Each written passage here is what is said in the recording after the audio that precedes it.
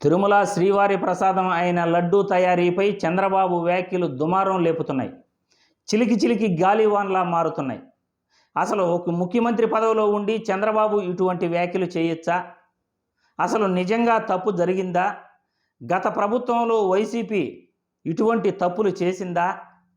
అసలు తిరుమల తిరుపతి దేవస్థానంలో టెస్టింగ్ ఏజెన్సీలు ఏం చేస్తున్నాయి? ల్యాబులు ఎన్ని ఉన్నాయి?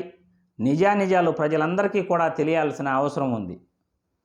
చంద్రబాబు గారు ఈ వ్యాఖ్యలు చేయటం వెనక అసలు ఉద్దేశం ఏంటుందనేది ఇప్పుడు కొన్ని నిజాలు మీ అందరికీ కూడా తెలియజేస్తాను. అసలు తప్పు ఎవరిదో దోషులు ఎవరిదో కూడా మీరే నిర్ణయించవచ్చు. ముందుగా ప్రజలకు తెలియాల్సిందేమిటంటే, భక్తులకు తెలియాల్సిందేమంటే, తిరుమలకు సరఫరా చేసే ఆహార పదార్థాలు దిగువ తిరుపతిలో ఒక టెస్టింగ్ ల్యాబ్లో అవి టెస్టింగ్ చేయబడతాయి. ఆ టెస్టింగ్ ల్యాబ్లో కేంద్ర ప్రభుత్వం చేత నియమింపబడిన ఒక విశ్రాంతి శాస్త్రవేత్త, 15 మంది నిపుణులు కూడా అక్కడ పనిచేస్తుంటారు. టీటీడీకి సంబంధించి హెల్త్ ఆఫీసర్లు, టీటీడీ ఉద్యోగులు కూడా అందులో ఉంటారు. కాంట్రాక్టర్ సరఫరా చేసిన ఆహార పదార్థాలను ఆ ల్యాబ్లో టెస్ట్ చేసిన తర్వాత అవి మంచి నాణ్యమైనవి అయితేనే పైకి పంపడం జరుగుతుంది తిరుమలకు. తిరుమలలో కూడా రెండోసారి గోశాల పక్కన ఉన్న ల్యాబ్లో మళ్ళీ టెస్ట్ చేస్తారు. ఎందుకంటే దిగువ తిరుపతి నుండి పైకి వెళ్ళేటప్పుడు మధ్యలో ఏదైనా కల్తీ జరగచ్చేమోనని పైన తిరుమలలో కూడా మళ్ళీ రెండోసారి టెస్టింగ్ చేయటం జరుగుతుంది. అవి క్వాలిటీ ఉంటేనే శ్రీవారి ప్రసాదానికి అనుమతి ఇవ్వటం జరుగుతుంది. ఇలా 2 దశల్లో కేంద్ర ప్రభుత్వ పర్యవేక్షణలో, తిరుమల తిరుపతి దేవస్థానం వారి పర్యవేక్షణలో ఆహార పదార్థాలను, కాంట్రాక్టర్ దగ్గర నుండి వచ్చిన ఆహార పదార్థాలను టెస్టింగ్లు చేసి శ్రీవారి ప్రసాదానికి పంపడం జరుగుతుంది. అప్పుడు వాళ్ళు శ్రీవారి ప్రసాదంగా వంటలో వాడి ఆ ప్రసాదాలను పంపిణీ చేయటం జరుగుతుంది. ఎక్కడ కూడా గత ప్రభుత్వానికి ఈ ప్రభుత్వానికి లడ్డు వినియోగంలో ఏదైనా మాదక ద్రవ్యాలు కానీ, జంతువుల నుండి తీసిన కొవ్వు కానీ వాడితే ఖచ్చితంగా స్మెల్ వస్తుంది. అటువంటి స్మెల్ను గత 5 సంవత్సరాలుగా ఏ భక్తుడు కూడా బయటపెట్టలేదు. లడ్డూలో స్మెల్ వస్తుందని కానీ, వాసన వస్తూ ఉంది కానీ, లేకపోతే లడ్డూ బాగలేదని కానీ గత 5 సంవత్సరాలుగా కూడా ఏ ఒక్క భక్తుడు కూడా లడ్డూపై కంప్లైంట్ చేయలేదు. కానీ చంద్రబాబు గారు ఒక ముఖ్యమంత్రి హోదాలో ఉండి ఇటువంటి వ్యాఖ్యలు చేయటం దుమారాన్ని లేపిస్తున్నాయి. ఎందుకంటే జూలై 17వ తేదీ అధికారంలో ఉన్నది టీడీపీ ప్రభుత్వం, అంటే ఇప్పటి కూటమి ప్రభుత్వం. జూలై 17వ తేదీ శాంపుల్స్ను గుజరాత్కు ఎన్డీడీబీ సంస్థకు పంపడం జరిగింది. అక్కడ 23వ తేదీ టెస్టింగ్ పూర్తయిన తర్వాత రిపోర్ట్ ఇచ్చారు. గుజరాత్లోని ఎన్డీడీబీ సంస్థ రిపోర్ట్ ఇచ్చిన తర్వాత ఇన్ని రోజులు సైలెంట్గా ఉన్న చంద్రబాబు గారు మొన్న సాయంత్రం ఈ విషయాన్ని బయటపెట్టడం జరిగింది. అంటే ఇన్ని రోజులు చంద్రబాబు గారు ఇంత పెద్ద విషయాన్ని బయటపెట్టకుండా ఇప్పుడు మాత్రమే ఎందుకు బయటపెట్టాడు? వైసీపీని బద్నాం చేయడానికి, వైసీపీపై కుట్ర చేయడానికే ఈ ప్రయత్నం చేశాడా? నిజంగా తప్పు జరిగితే, నిజంగా 23వ తేదీ జూలై 2024 రిపోర్టు వస్తే అప్పుడే చెప్పకుండా ఇన్ని రోజులు ఎందుకు ఆయన మౌనంగా ఉన్నాడు? ఇవన్నీ కూడా అనుమానం కలిగే విషయాలు.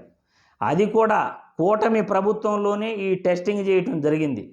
అంతకుముందు జూలై 17వ తేదీకి ముందు గత 40 రోజుల ముందు కూటమి ప్రభుత్వం అధికారంలోకి రావడం జరిగింది. జూన్ 4వ తేదీ నుండి జూలై 17వ తేదీ వరకు కూడా కూటమి ప్రభుత్వం అధికారంలో ఉంది. ఈ మధ్యలో టీడీపీ పార్టీ కానీ, జనసేన పార్టీ కానీ ఎందుకు తప్పు చేసి ఉండకూడదు? ఈ కూటమి పార్టీలే కాంట్రాక్టర్ దగ్గర నుండి వచ్చిన సరుకులను వీళ్ళే ఎందుకు కల్తీ చేసి ఉండకూడదు? వీళ్ళు కల్తీలు చేసి గత ప్రభుత్వం పైన ఎందుకు నెట్టివేయకూడదు? ఇవన్నీ కూడా ఆలోచించాల్సిన విషయం. ఒక ముఖ్యమంత్రి హోదాలో ఇవన్నీ ఆలోచించకుండా హిందువుల మనోభావాలను దెబ్బతీసేలా, శ్రీవారి భక్తుల మనోభావాలను దెబ్బతీసేలా చంద్రబాబు గారు మాట్లాడిన మాటలు ఆందోళనకరంగా ఉన్నాయి. అనేక సందేహాలకు దారితీస్తూ ఉంది.